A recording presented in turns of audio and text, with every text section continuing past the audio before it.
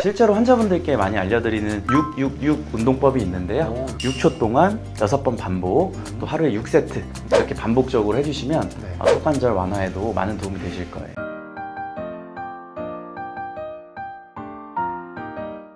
고마우신 구독자님들, 오늘도 클릭해주셔서 정말 감사합니다. 오늘 이동환TV에 반가운 분 모셨습니다. 치과 교정과 전문의이자 통합치의학과 전문의십니다. 이살리는 치과 신논현역점의 김성호 대표원장님 나와주셨습니다. 네, 안녕하십니까. 원장님, 누구보다 치과 진료에 진심이라고 알고 있는데요. 네. 제가 알고 보니까 2대째 치과 의사를 하고 계시다고요? 네, 맞습니다. 저희 네. 아버지가 치과 의사를 하고 계시고 사실은 그러다 보니까 잔소리도 많이 듣고 자랐는데요. 네, 그 덕분에 좋은 점이 하나 있었다면 네. 이제 치과 진료가 치아를 넘어서 네. 좀 사람들한테 어떠한 임팩트를 주는지 삶에 대해서 네. 그런 얘기들도 많이 들을 수가 있었습니다. 그래서 제가 항상 지금도 치료하려는 마음가짐이 눈앞에 있는 치아만 치료한다기보다는 이 치료가 이분들의 인생이나 삶을 또 어떻게 더 좋게 할 수 있을지, 혹은 이 치료 때문에 나빠지진 않을지, 그런 고민들도 항상 함께 하면서 지내고 있습니다. 아버님한테 아주 좋은 영향을 많이 받으셨네요. 네, 그 부분은 그런 것 같습니다. 네. 그래서 오늘 준비한 주제는요, 바로 이 턱관절에서 나는 소리 해결 방법입니다.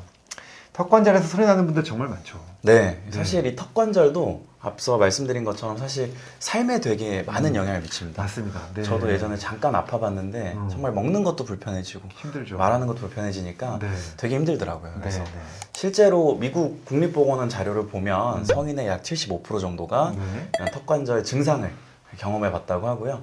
아마 보시는 구독자님들도 입을 크게 벌리거나 혹은 피곤했을 때에는 네. 일시적으로 소리가 나거나 불편한 경험들이 많이 있으실 거예요. 맞아요. 네. 하지만 이 턱관절 소리만 난다고 해서는 무조건 병적으로 보기는 어렵고 네. 통증이 있거나 네. 입이 안 벌어지는 개구 제한이 있거나 이런 것들 계속해서 반복된다면 그때는 한번 병원에 오셔서 검진해 보시는 것도 좋겠습니다. 네.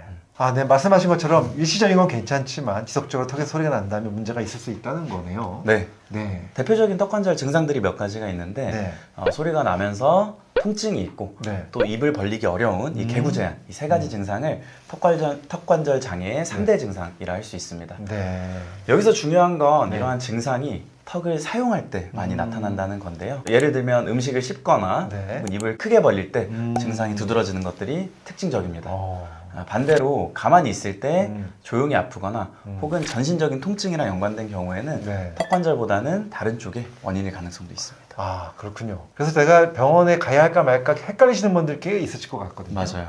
내가 턱관절 장애인지 아닌지 집에서 간단하게 테스트할 수 있는 자가 진단 테스트 네. 뭐가 있을까요? 네. 집에서 간단하게 할 수 있는 방법이 있습니다. 네. 첫 번째는 이 손가락 3개 테스트인데요. 3개. 이렇게 3개 아니고 이렇게 3개 하시면은 네. 이 본인 손가락 3개를 네. 입안에 이렇게 세워서 넣었을 때 이렇게 무리 없이 네. 들어간다면 정상적인 이제 개구량이라고 볼 수 있고 네. 이게 뭐 3개가 채 안 들어가는 2개 반이나 2개 이렇게 들어간다고 하면 네. 이때부터는 개구 제한이 있다 이렇게 볼 수도 있고 네. 특히 이 과정에서 통증이나 소리가 난다면 턱관절 장애가 있을 수 있겠다 이렇게 생각할 수 있겠습니다. 그렇군요. 네. 두 번째 방법은 귀 바로 앞에 네. 여기 이제 쑥 들어가는 이 부위가 이제 턱관절이 위치한 부위거든요. 네. 여기를 두 번째 손가락이나 네. 혹은 뭐 중지로 귀 앞에 딱딱한 표에 입을 대고 네. 한번 이렇게 벌렸다가 다물었다가 해보시면 아. 여기에서 이 딱딱거리거나 이제 지지직 혹은 뭐 모래 갈리는 느낌들이 날 수 있어요. 네, 실제로 치과에서도 턱관절 증상으로 오면 저희가 여기를 대보고 느끼거든요. 네, 그래서 여기에서 그런 소리가 난다면 좀 의심할 수 있고 그 중에서도 특히 지지직하는 혹은 지글지글한 모래 갈리는 소리는 굉장히 중요한 관절음인데요. 이런 소리는 이제 디스크가 마모되거나 빠져서 뼈끼리 닳는 소리이기 때문에 턱관절 장애에 문제가 있다는 중요한 신호입니다. 사실 이 턱관절에도 디스크가 있잖아요. 네. 이걸 말씀하시는 거죠? 맞습니다. 네. 그런데 많은 분이 난 턱관절을 다친 적도 없는데 오늘 갑자기 소리가 난다. 또 갑자기 그랬다는 분들 정말 많거든요. 많습니다. 많아요. 이 턱관절 장애가 생기는 원인이 뭔가요? 네. 그 진료실에서 제일 많이 듣는 질문이 네. 이제 병원에 오시면 며칠 전부터 그랬어요. 혹은 왜 그랬는지 그런 것들을 여쭤보거든요. 네. 턱관절 장애는 사실 사고처럼 딱 생기는 경우도 물론 있지만 그거는 드물고 평소에 우리의 생활 습관 때문에 미세한 힘들이 계속 쌓여서 이제 턱관절 장애가 나타나는 경우들이 많습니다. 예를 들면 대표적인 이갈이가 있겠죠.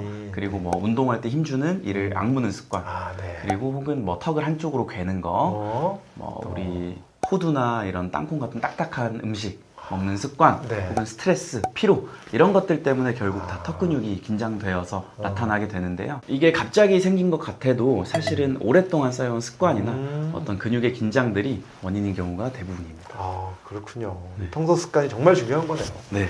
야, 그렇다면 나는 턱관절 소리가 매번 나는 건 아니고 피곤할 때, 또 힘들 때 일시적으로 소리가 난다.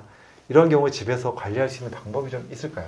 네, 맞아요. 사실 네. 이런 피로나 스트레스도 네. 턱관절 장애에 영향을 미치기 때문에 이런 피곤할 때만 턱에서 소리가 나시는 분들은 대부분 턱관절 자체의 관절 문제라기보다는 네. 이 주변의 근육 문제인 경우들이 굉장히 많습니다. 네. 이 턱 주변 근육들이 과하게 긴장해서 생기는 경우에는 집에서 마사지를 통해서 좀 풀어주는 것들이 많이 도움이 되거든요. 마사지. 네. 네. 우리가 뭐 이렇게 온찜질을 할 수도 있지만 네. 평소에 그냥 손으로도 편하게 마사지 해보실 수가 있습니다. 아, 마사지가 정말 중요하군요. 네.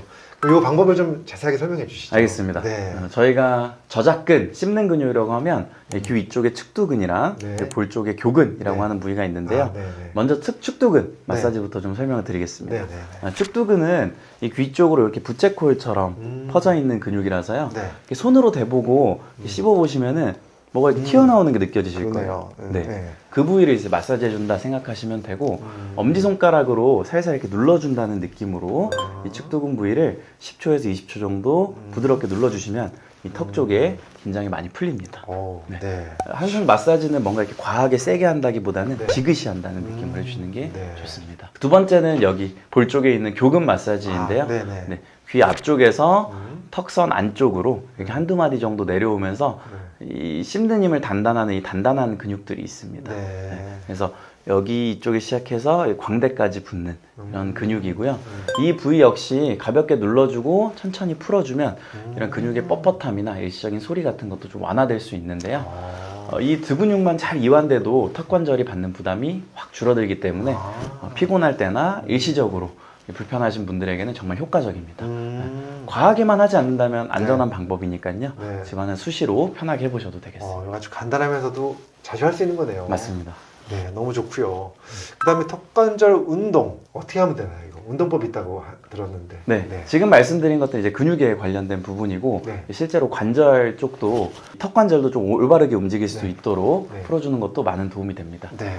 실제로 환자분들께 많이 알려드리는 666 운동법이 있는데요. 오, 네. 네, 6초 동안 6번 반복, 또 하루에 6세트 이렇게 해주시면서 이렇게 반복적으로 해주시면 네. 턱관절 완화에도 많은 도움이 되실 거예요. 666. 네, 666. 어떻게 하는 건가요? 일단은 올바른 길을 쓰려면 네. 사실 온몸에 긴장이 없고 좀 이완된 상태가 중요하니까 목과 어깨를 스트레칭 해주는 것이 먼저 중요합니다. 네. 결국 우리 전신은 얼굴에 있는 턱관절도 다 연결되어 있다 보니 그렇죠. 목과 어깨도 중요한데요. 네. 턱관절과 승모근, 목 근육도 다 연결이 되어 있어서 여기에 굳어 있으면 턱이 틀어져서 소리가 나거나 불편함이 생기게 됩니다. 팔을 이렇게 쭉 뻗으시고 손바닥을 바깥으로 향하게 해서 늘려주신 뒤에 이 머리를 반대쪽으로 살짝 기울여서 6초 정도만 늘려주시면 되겠습니다. 반대쪽도 마찬가지로 팔을 쭉 뻗고 목을 시원하다 느낌이 들 때까지 6초 정도 기울여 주시면 되겠습니다.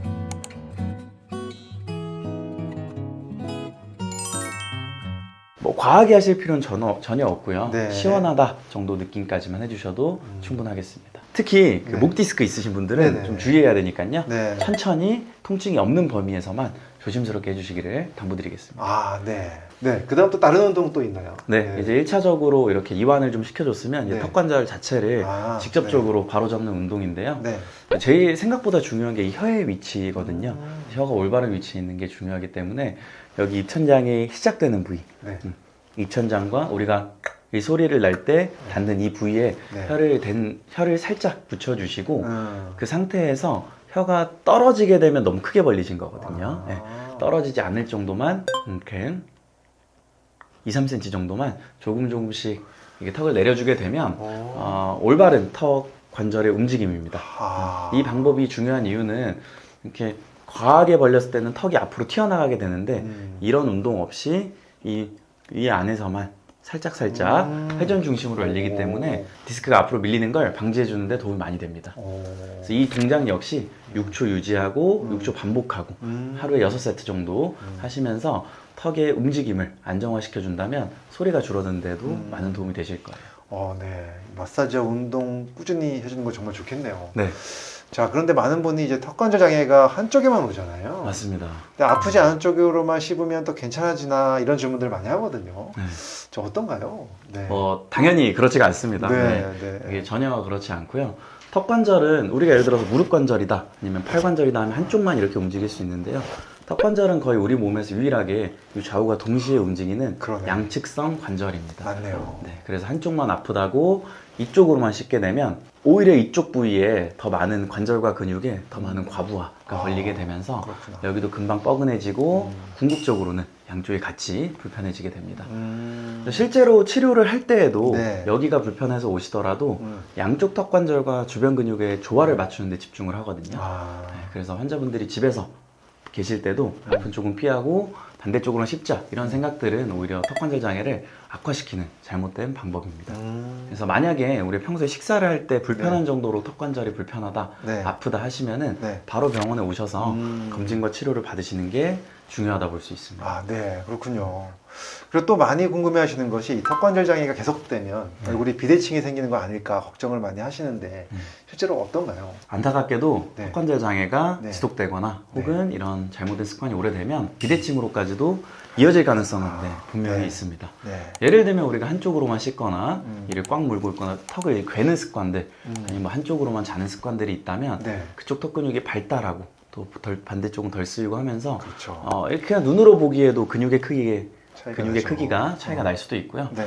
그러면 얼굴 윤곽도 많이 달라지겠죠. 네. 그리고 이런 근육적인 문제도 있지만 관절 디스크 역시 한쪽만 빠지면서 입을 벌릴 때 우리가 정상적인 입 벌리는 건 똑바로 이렇게 벌리지만 네네. 안 좋으신 분들은 이렇게 틀어서 벌리곤 하시거든요. 똑바로 안 벌어지고 약간 맞습니다. 옆으로 틀어지는구나. 네, 옆으로 틀어서 벌어지게 돼요. 그래서 이게 턱이 살짝 밀리면서 비대칭이 생기게 되는데 이것들이 또 오래 반복되면 중심선 자체가 틀어질 수도 있고요. 네. 특히 이게 지속되고 누적이 되면 이게 일시적으로 그렇게 보이는 게 아니라 네. 이제 비가역적인 변화, 아이고. 이제 턱 관절이 닳거나 혹은 교합이 아예 떠버리는, 배가 벌어지는 이런 상태까지 갈 수 있기 때문에 초기에 관리하는 것이 매우 중요하다 볼 수 네. 있습니다. 정말 중요하네요. 그다음에 턱관절 장애가 있을 때 이제 어떤 치료를 하는지가 정말 궁금합니다. 네. 턱 관절 장애 치료는 가장 초기 단계는 행동 습관, 행동요법, 즉 본인의 생활 습관을 조절하는 게 가장 첫 번째 단계고요. 네. 그거보다 조금 더 적극적으로 치료한다고 하면 저희가 약물을 쓰기도 합니다. 약이요? 뭐 근이환제나 일반적인 진통 소염제를 쓰면서 그렇죠. 증상들을 완화하고 근육을 이완시키는 그런 치료들을 하고요. 약물에 동반해서 여러 가지 물리 치료들도 많이 동반하게 됩니다. 물리치료도 그래서 하게 되고. 뭐 집에서 하는 온찜질도 그렇지만 병원에서도 이런 적외선이나 어떤 그런 그 미세 전류 자극들을 통해서 물리치료까지 동반을 하게 되고 그럼에도 불구하고 좀 더 적극적인 치료가 필요한 경우에는 네. 저희가 턱관절 장치라고 하는 스플린트 치료를 하게 됩니다. 네. 스플린트는 턱을 안정된 위치로 잡아주는 장치인데요. 네. 이 많은 분들이 사실 시중에 파는 마우스피스나 그 인터넷에 있어요. 그런 것들을 써도 되냐고도 물어보시는데 네네네. 결론부터 말씀드리면은 네네. 효과가 없기도 하고요. 오히려 안 좋아질까봐 좀 걱정되는 그렇군요. 경우들도 많습니다. 네. 이 사람마다 치아 배열도 다 다르고 음. 사실은 그 스플린트가 재질이 약한 재질인지 강한 재질인지 이런 것들도 중요하거든요. 네. 잘못 쓰면 오히려 더 통증도 심해지거나 이 교합을 더 불안정하게 만들 수도 있기 때문에 네. 악화될 수도 있습니다. 치과에서 와서 만드는 그런 스플린트들은 네. 본인의 치아의 모양이나 턱의 위치 혹은 이런 입을 벌리는 다양한 것들에 따라서 정밀하게 만들기도 하고요. 스플린트 형태도 사실 좀 다양합니다. 그래서 적합한 스플린트를 사용해야 하니까요. 네. 보다 안전하고 확실한 치료를 위해서는 병원에 오시는 걸 꼭 추천드리겠습니다. 그렇군요. 그러면 이제 정말 많이 진행이 돼서 네. 교합이 되게 안 좋은 상태가 됐을 맞습니다. 때는 좀 더 적극적으로 치료해야 되잖아요. 네. 어떤 치료가 또 있을까요? 네. 예를 들어서 뭐 이를 간지 오래돼서 치아들이 이미 많이 갈려 있거나 혹은 뭐 치아의 부식이 심하게 돼서 치아들이 손상이 심한 경우에는 뭐 이런 장치만으로 교합을 안정화시킬 수는 없고 네. 치아 자체를 좀 복구하는 그런 치료가 좀 필요합니다. 그렇죠. 네. 네. 이 교합이 불안정한 경우에도 당연히 턱 관절에 안 좋은 영향을 미칠 수 있기 때문에 그렇죠. 이런 경우에는 치아를 근본적으로 치료하고 복구하는 미니시와 같은 치료들이 어. 충분히 도움이 될 수 있습니다. 아, 그렇군요. 미니시로도 치료할 수 있군요. 네. 오늘은 저희 김성호 원장님께서 이 턱관절 장애 자가진단법부터 치료법까지 자세하게 설명해 주셨는데요. 늘 이해하기 쉽고 친절하게 설명해 주셔서 귀에 쏙쏙 들어옵니다. 오늘도 유익한 정보 정말 감사드리고 너무 수고 많으셨고 다음 시간에 또 네. 함께 찾아뵙도록 하겠습니다. 감사합니다. 감사합니다. 네.